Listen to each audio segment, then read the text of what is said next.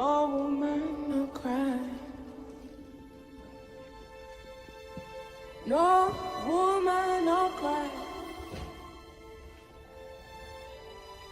Little darling, don't shed no tears.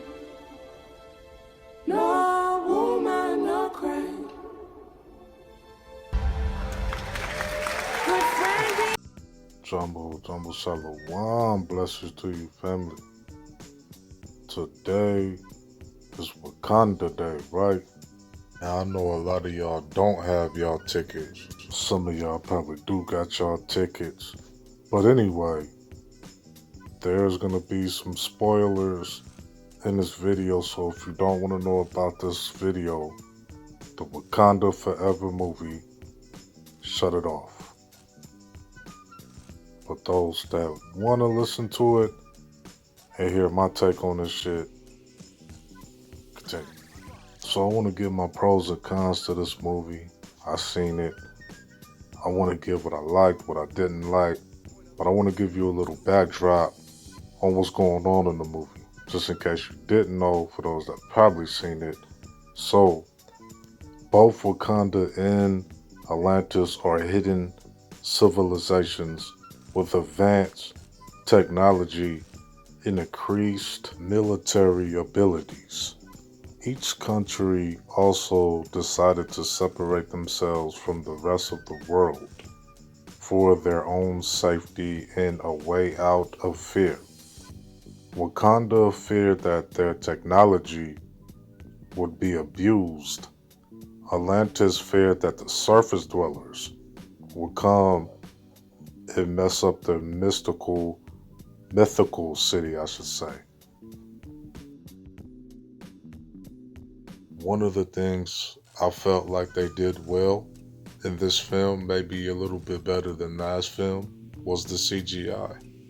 I felt like the water effects, the Atlantic people living underwater, they captured that very well. Now, the fighting scenes. To me, they were cool. They're okay. They were slightly better than the previous movie. They felt like they really trained for a lot of these scenes. You could see it in the first film, but this film, it just feels more fluid in the techniques. It just seemed way more exciting in this one. Now it could be me. It's just my opinion. But now, what I might say you might disagree with or be upset with, but that's okay. I felt like the con of this film, just the dislike, was just the lack of male presence and the lack of male energy in this film.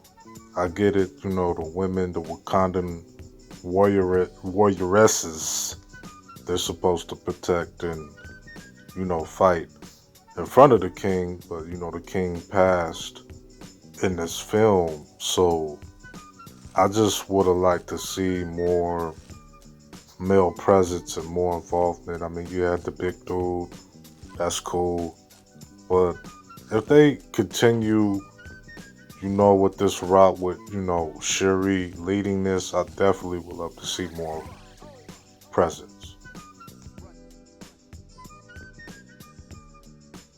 Thing I forgot to talk about was the introduction of a couple new characters, or a character and a villain, and that being Ironheart, who first appeared actually in comic books in 2016. She is basically a very intelligent scientist. So this is one of my least favorites, but a lot of y'all might think he was cool in the Wakanda movie. This would be Namor, aka Submariner. I believe he's a mutant, the only mutant here, and he has immense strength and the ability to fly and absorb oxygen through water. Oh, and he came for about, 5 minutes? I know he's not new, but he was there for like a couple minutes. Okay, y'all. So I want to sum it up, give my overall take on this, Gave you my pros, gave you my cons. It should be on the screen.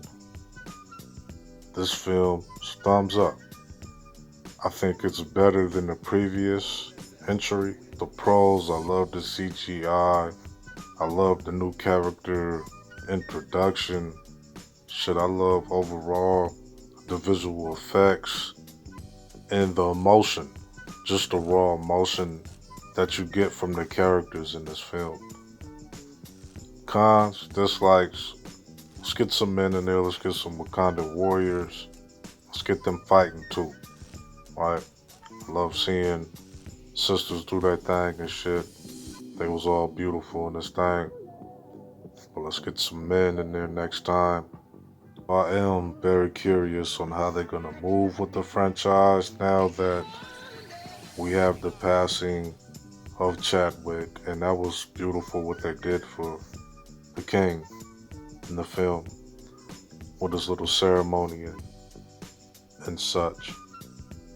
I'm curious to see how Shuri's gonna do and hold the kingdom, the nation together.